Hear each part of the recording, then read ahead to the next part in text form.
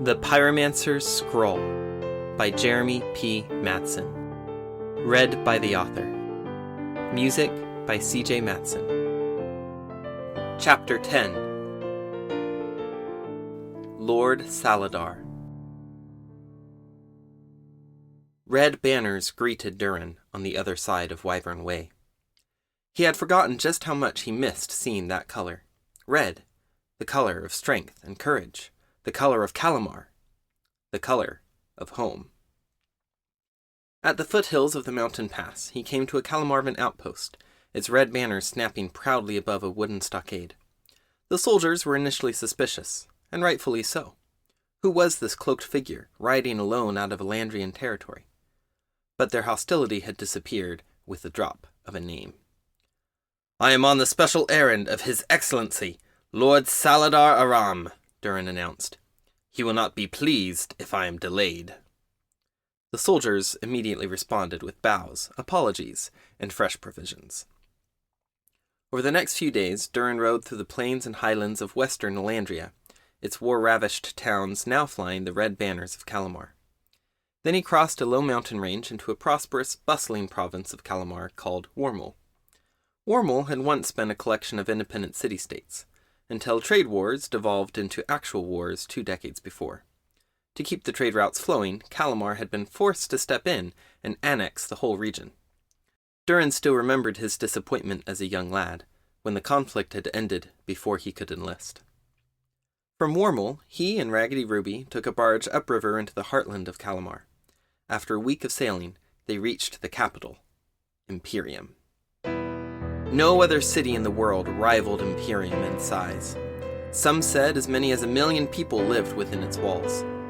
It had only grown in Durin's 7-year absence. As his barge approached, he passed hundreds of laborers raising a wall to enclose a new urban sector. Where the river met the city, a splendid new statue greeted him. A magnificent swifter, carved from one massive slab of red marble 30 feet high, its regal mouth turned in a snarl to ward off Calamar's enemies. An inscription at its base identified it as a depiction of Emperor Stoneclaw's eldest son, Crown Prince Thundertail. Imperium sprawled across a plain, with the river on the south and a mountain range on the north. 4 massive spurs of rock jutted out from that range, extending like fingers into the city. Those spurs defined both the physical and the social hierarchy of the city. Crowning the easternmost and tallest spur was the Imperial Palace, a soaring complex of columns and arches, brimming with rooftop gardens and hanging ivy. The second spur, not quite as tall, but sticking farther out into the city, was dominated by a palace built in a markedly different style. Monolithic walls instead of columned porticos, blocky battlements instead of gardens, with the balustrades decorated with carved reliefs rather than ivy. Though technically smaller than the Imperial Palace, its towering profile made it appear bigger to those walking the streets below. No doubt the intent of its architect. This was the palace of SALIDAR Aram, High Vizier to the Emperor himself. Imperium's third spur was adorned by an ascending series of columned structures. These were the archives, sanctuaries, and courts of the Knights Vigilant, Calamar's dominant religious order, and the administrator of its laws. The fourth and final ridge held schools dedicated to each of the 5 Mancery arts. From the docks, Durin could barely see the spires of his alma mater, the Imperial Pyromantic Academy. In the shadow of these towering buildings, the sides of each spur held estates and manor houses, the domain of the wealthy. In the valleys between each spur and in the plains spreading out to the river lived the city's poorest classes, craftsmen, laborers, and slaves, packed into ramshackle neighborhoods. Durin didn't hesitate. Once off the boat, he steered his horse through the crowded streets, charting a course straight toward the palace on the second spur. It was time to reunite with his old master. Memories flooded him as the door guards admitted him into the forechamber of SALIDAR's palace.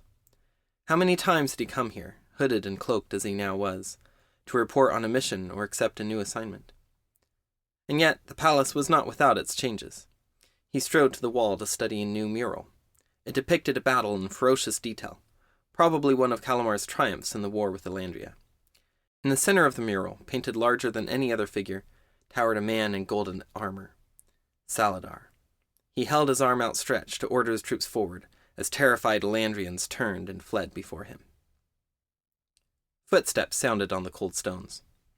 Durin turned to see a stocky human enter the chamber, a scowl engraved upon his face.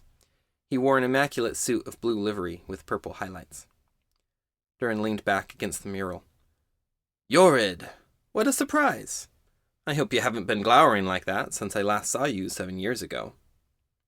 The steward stopped and scanned Durin up and down. Finally, he let out a grunt. "I thought I was rid of you." Durin shrugged. "No such luck." He gestured at Yorid's elaborate clothes. "I see your uniform has seen an upgrade." "Your manners haven't." Societal rules demanded that Durin keep his head bowed in Yorid's presence. Yorid, as the chief steward of a high nobleman, was several social tiers above Durin, who was, in effect, still just a tradesman. 7 years before, when Yorid had been a mid-level servant, they'd been on roughly equal footing. Durin made an overly elaborate bow. "My greatest apologies, my liege. Would it please my liege to inform his liege that my liege's humble servant requests an audience with my liege's liege?" Yorid's frown didn't budge. "I'll tell his excellency that you're alive, somehow, and that you want to talk to him." He turned to leave. "And no snooping around while you're here, Rendhart. I don't want to find you in the treasury again." "That was 11 years ago," Durin said. "And besides, I was exploring, not snooping." "You picked 2 locks and impersonated a guard," Yorid grunted as he stomped away. I could have sworn it was 3, Durin said to himself. In the steward's absence, Durin wandered over to a window and looked out over the city. In the last half hour, something had appeared over the city's 4th spur. Ascending straight up from the crown of the ridge was a column of pulsating light, swirling like a multicolored ribbon until it disappeared into the clouds. The phenomenon was called a ley line, a natural fountain of terramantic energy, one of 100 or so dotted across the world. Ley lines were essential for the operation of terramancy. Every terramantic talisman had to derive its charge from a ley line. Nearly every ley line in the world, except for a few in extremely remote locations, was highly coveted, heavily fortified, and rigorously taxed. Imperium's ley line appeared consistently every late afternoon. It was the strongest and steadiest ley line in the entire empire, and the main reason Imperium had been built here centuries ago. The long blast of horn shook Durin out of his thoughts. The crowded streets below were alive with voices and the clack of wood on stone as storekeepers closed their shops and carts rumbled toward their final destinations for the day. Dusk was approaching. Soon, the Knights Vigilant would blow the second evening horn, marking the onset of night. In Imperium, no one stayed out at night. Night was the domain of cutthroats, thieves, and demons. Not that that had ever stopped Durin. The stomp of surly feet marked Yorid's return. "His Excellency has decided, contrary to my most strident objections, to admit you into his presence. Follow me." Durin shadowed Yorid up a staircase, through a dining hall bustling with servants cleaning up a meal, and to an armed checkpoint, where Durin was searched for weapons. 7 years ago I was exempted from these searches, Durin grumbled as a guard patted him down. "So were a lot of people," Yorid grunted. "His Excellency doesn't take chances anymore." Yorid paused at an ornate set of bronze doors. "Don't take too much of His Excellency's time. He just entertained the Emperor for supper and was hoping to enjoy some quiet reflection." The guards opened the door, and Yorid gestured for Durin to enter. Walking into SALIDAR's office was like stepping into another world. The glow from a chandelier reflected off 100 gilded treasures and thousands of precious jewels. Each wall boasted an exotic array of weapons, statues, and paintings, the trophies of 40 years of military triumphs. In the center of the glistening room, clothed in velvets so fine that they were worth their weight in gold, stood Lord Salidar Aram, governor of the western provinces, captain of the host of 10,000, and high vizier of the eternal empire of Kalamar.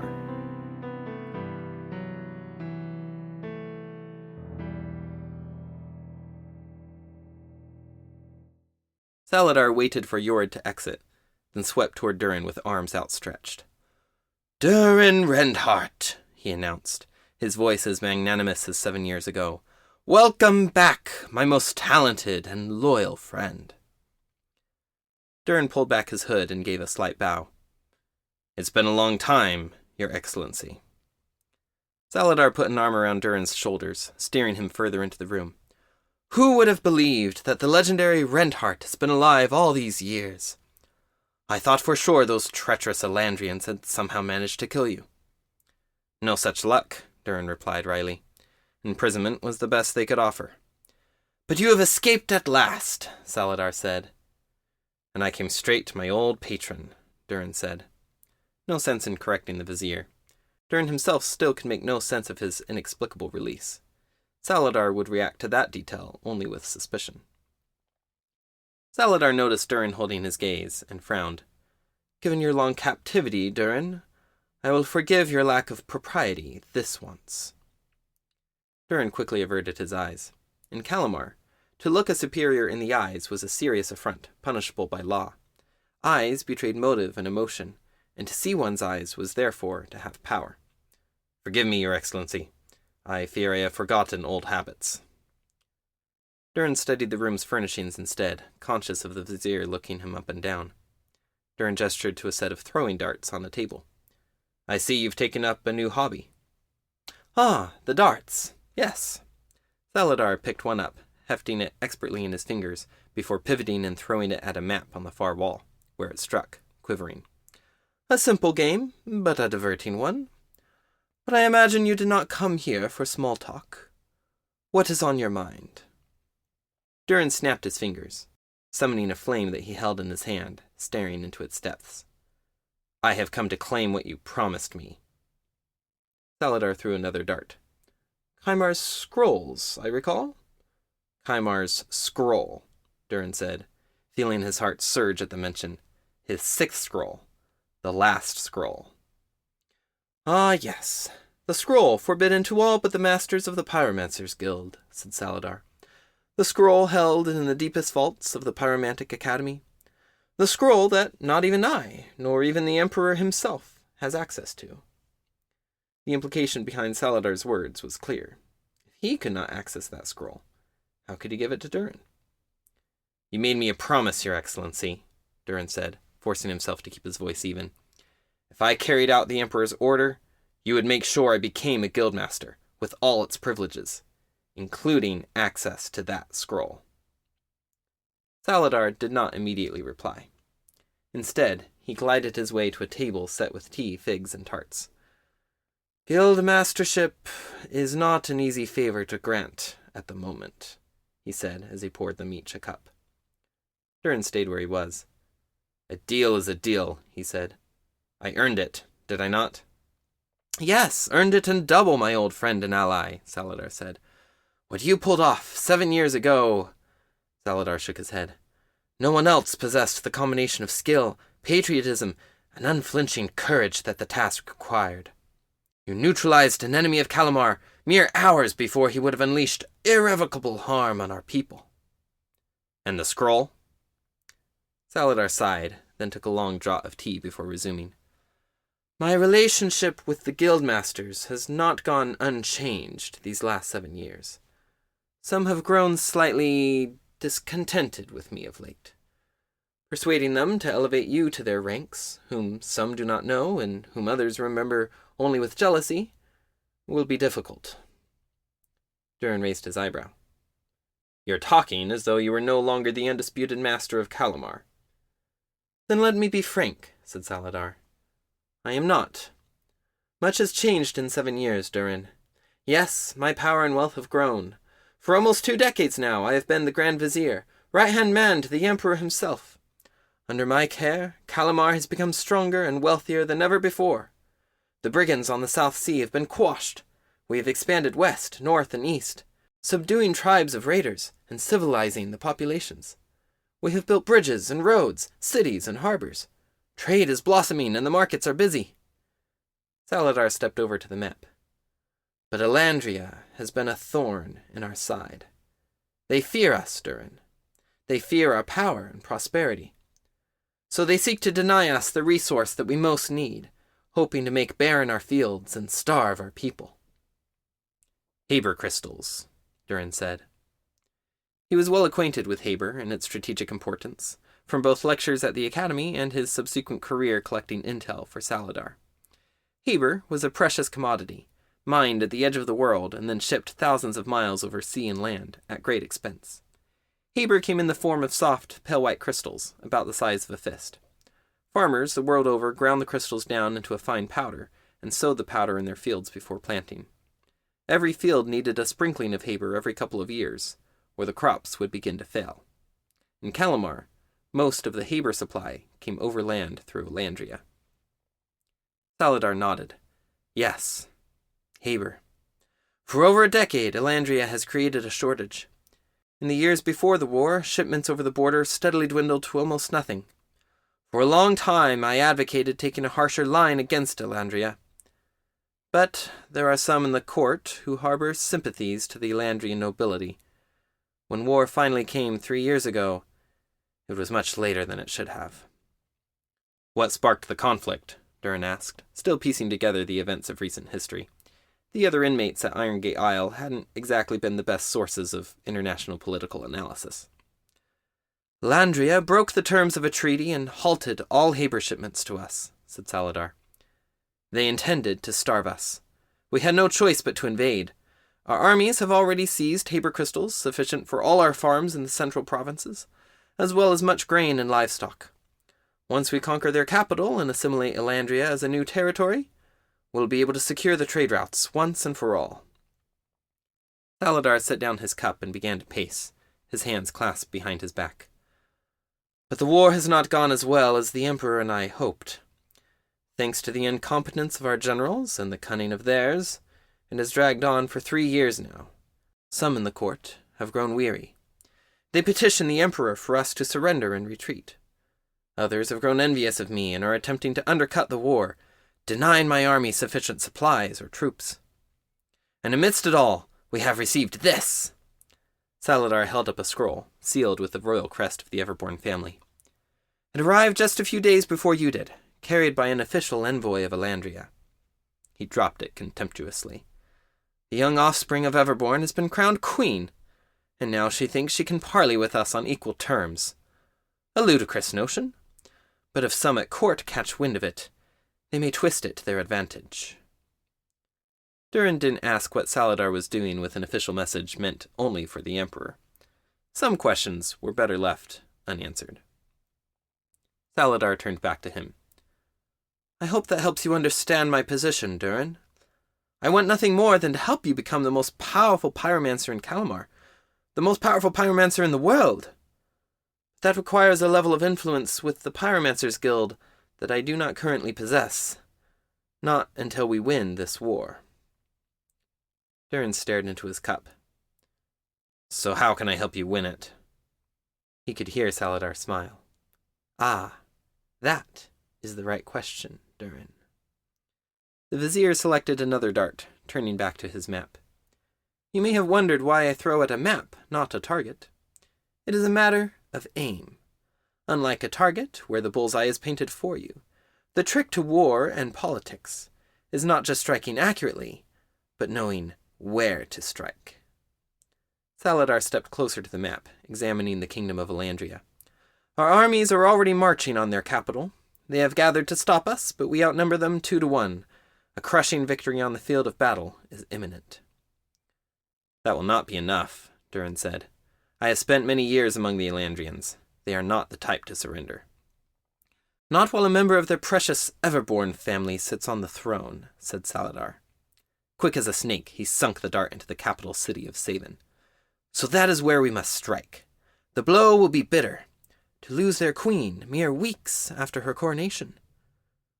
Your Excellency, she is only 18, Durin said, a pit forming in his stomach. His mind returned to the young figure he had seen through the crowd. Surely a youth on the throne is an asset to us, not a threat. Any Everborn, no matter their age, is a threat, SALIDAR said. There are old sympathies in the imperial court that her name alone threatens to revive. No, she must be removed. The only question is how. If her death is traced back to Calamar, her people may only become more entrenched in their lost cause. SALIDAR began to pace again. Your timing could not have been better, Durin. I have ideas of how to solve this problem, but I have needed someone to take the lead. Someone with great skill whom I could trust. Someone like you. You're too kind, Durin said, hiding his unease. He didn't like where this conversation was going. My options have been severely limited of late, SALIDAR continued. My enemies in the court have formidable coffers, and I can no longer trust all my servants. Many of my operatives are being watched, but none of my enemies will know that you have escaped. Few even remember your existence. This opens up whole new avenues. Any assassination, no matter how subtle, will be pinned on Calamar, Durin said. And if it resembles an accident? Durin shook his head. The Elandrians will not be so naive a second time. Then we must pin the blame on a different group, said SALIDAR. You have relations with the Mitrian tribes, do you not? Perhaps we could hire a strike team. The Mitrians would never agree to that, Durin interrupted. Their chiefs have made a pact of peace with Elandria, and they are a people of honor. Then I will need some time to think and plan, SALIDAR said. In the meantime, lie low, and let no one know who you are. I have old colleagues I was hoping to connect with, Durin objected. Alumni of the Academy, contacts, former clients. I'm afraid that is not an option, said SALIDAR. Not yet, anyway. No one must know you have returned. Can you do that for me, Durin? Disappointment flared within him.